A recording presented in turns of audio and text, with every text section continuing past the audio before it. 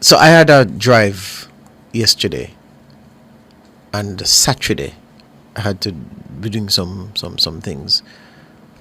And what I saw in Santa Cruz and the way there, Kingsland coming down to Spur Tree and everything else, and there were some houses that looked as if a bomb dropped in them. Yeah. And those weren't among the most affected. I saw several videos on YouTube where people who were actually down in South St. Elizabeth were caught, and I could not believe what I saw. I will never from this point say, if anybody asks, so how was Beryl? It wasn't too bad. Because that's what for me and the people in the corporate area. People, you need to see. And our team was down there on Saturday, you were? Yeah. Yeah? For about 10, 11 hours. Yes, they were down there and they prepared something that they're going to share with you. And yeah, that's what I was saying, that, Tana is going to speak on, but she's going to speak on that substantively in the morning. So here's where I'm going this morning then in the time we have. I got a call on Friday from a good comrade friend. Respectable man, but he gives me a lot of aggro about the things that I reported favorable to the government, because in his view this government is doing nothing and is not doing many things right.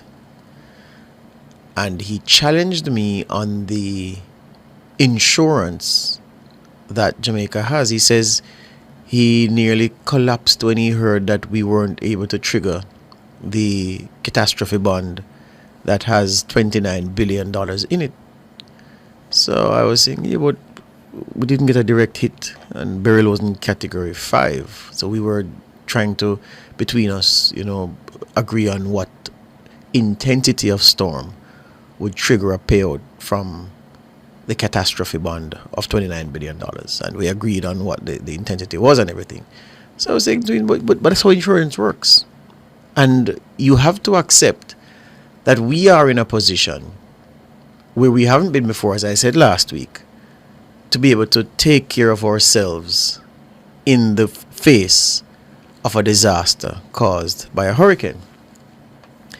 And I said to myself then, well, people need a reminder of what happened to us September 12, 1988, and what the international community had to do because we weren't able to do for ourselves. Remember, in Hurricane Gilbert, 49 people were killed. 49. How many people died during Beryl? 2? 3. 3. Yeah. The gentleman who was washed away, who's counted as 1. Yeah. The lady who a tree fell on her house. In Hanover. And then there is an elderly gentleman in Manchester. All right, so 3 casualties from Beryl. 49 people died in Gilbert. 810,000 people were left homeless by Gilbert. Remember that. Electricity returned for some places in 1989. For a lot of people, it took several weeks, months. By the time I think Siaga gave an update, the Prime Minister then, in or about November of 89, to say that, well, 40% of Spanish Town now has electricity, 60% of Kingston, giving the percentages by parish, and this was several months later. Yeah? I remind people also that when a team from the U.S. Department of Defense came here, and I'll read a section of a report from the Office of U.S. Foreign Disaster Assistance, which has very nicely captured all that was spent in helping Jamaica through Gilbert. They note in the report, representatives of Florida Light and Power Company and Puerto Rican Electric Power Authority were in Jamaica throughout late September surveying damage to Jamaica's electrical network. Their assessments indicated that poor maintenance and improper installation of electric poles amplified the physical damage from Hurricane Gilbert. On October 12, a Florida Light and Power team arrived with equipment and began immediate repairs to the main electrical lines on a 5-mile stretch linking downtown Kingston to Manly Airport. Now, this is something I hear some people asking the JPS to account for, the way they put the poles in, because they're saying that, well, clearly there's something wrong with how you install poles. I don't know if that's credible, because it's a hurricane. You could put in the best infrastructure, a hurricane can topple it. But in Gilbert, in the aftermath of Gilbert, this was a real thing. And the experts were saying that it was poorly installed, improperly installed rather. Medical supplies, food and gifts from the United States. I'm asking you to guess. Gilbert arrived September 12. The assessment started September 14. I wanted to guess just a reasonable number. The number of flights from the US carrying aid to Jamaica between that time and December. Go. 12? Okay, 12. Turn it around. There were 21 flights from the US to Jamaica, bringing aid from various groups. And because we weren't able to help ourselves, the US government alone, in material, foodstuff, supplies, and the cost of travel, they spent, the US government directly, $56 million to help Jamaica at the time. Yeah? Then you had US voluntary agencies and private groups. Red Cross, AmeriCares, Brother Foundation, Catholic Relief Services, Church World Services. They put in another $6 million at the time. Lutheran World Relief, Mennonite Central Committee, Oxfam US, everybody, Partners of the Americas. Then the international community, 11 countries provided assistance to Jamaica directly at the time, including Trinidad and Tobago. Trinidad and Tobago sent clothing, food, galvanized sheets. Australia, $162,000 in cash to UNICEF, the Jamaican Red Cross, Salvation Army of Jamaica. Canada, $1.041 million in relief assistance. Germany reprogrammed the Jamaica Development Program for funds in agriculture, health, and construction services. Japan gave $414,000. The Netherlands gave $100,000 cash. The UK gave almost $6 million to restore Jamaica's electrical distribution network and to repair hospitals, particularly in Morant Bay. New Zealand donated. Norway donated. Spain donated. Sweden donated. In total, the international community, the US apart from the US, other countries, 11 others, $40 million to do clothing, mobile warehouses, all of those things they had to donate because we weren't in a position to help ourselves, and this was assistance requested by the Jamaican government. We're in a position now. We have a contingency fund and a natural disaster fund, which we have made moves to tap into. Those two funds alone, $4.5 billion. The contingent credit claim we have with the IDB, that TONA is valued at $46 billion. We also have access to a tropical cyclone and excess rainfall policy with the Caribbean Catastrophe Reinsurance Facility. And the only one that we haven't been able to tap into yet, and thank God we have no cause to tap into it, is the catastrophe bond worth $29 billion. So I'm saying, people, I don't understand how partisanship could make you not appreciate that the generation that were working adults at the time had to bear the strain of living in a country being run on donations post Gilbert.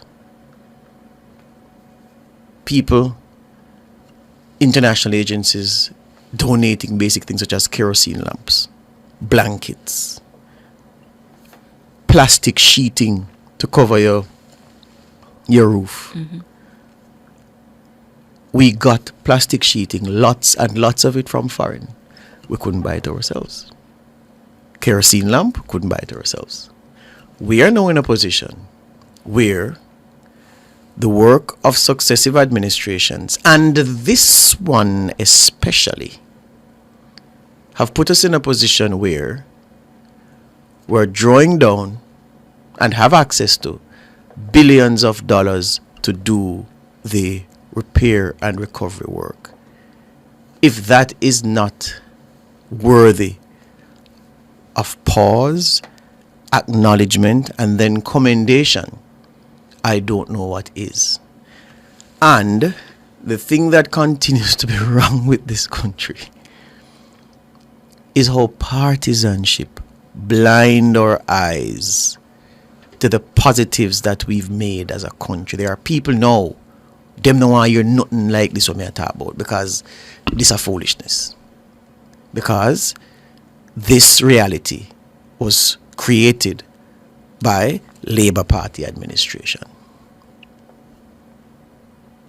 The fact that we don't have to beg, and this was the part that rankled with my comrade friend last week. Him say, I hear you talking about going cap in hand. Have we ever had to go cap in hand? I say, what? Where were you in 1988? It wasn't even cap in hand because we never have no cap. So hand. Mm-hmm. And thankfully, our international friends rallied around us. Tana, I don't have to tell you that tourism earnings plummeted because nobody was coming here. The vine dried. And Jamaica at the time, 1988 was what? 26 years after independence? Bad shape. Had to be depending on others. Now Jamaica at 62? Different situation. If that was not the case, that would have been the disgrace. That 62 years after independence, we were still in a position like we were in Gilbert, begging, calling, boy, UK ambassador, what you can do for, what can our New Zealand friends do for us? Rolling TNT, what? We are not there. And if we can't celebrate that as people, I know that the people suffering now are from all kind of stripes, and nobody's thinking about politics in Portland Cottage this morning, or in South Manchester, or in South Clarendon, or anywhere where they don't have a roof, where they don't have a house. They're thinking about how is it that we can be assisted. No, the challenge is, the cat is out the bag. Andrew Holness, Nigel Clark. We have these resources. What then will hold us back from getting the resources timely to the people who need them? That now is the challenge, because you've set yourselves up, You can't say you're waiting on donations from anybody, or you're waiting on this to happen. You have made and framed the season for your own harvest. Now, the fruits of the harvest, will the people eat? Will they eat timely? That now is the challenge, to get the resources out. But as for me, I don't know about you, I'm proud to be a part of a society, living in a country where something can hit us like Beryl, not as severe as Gilbert, but something can hit us like Beryl and mash up enough people's lives. And I don't have to see my Prime Minister go somewhere and beg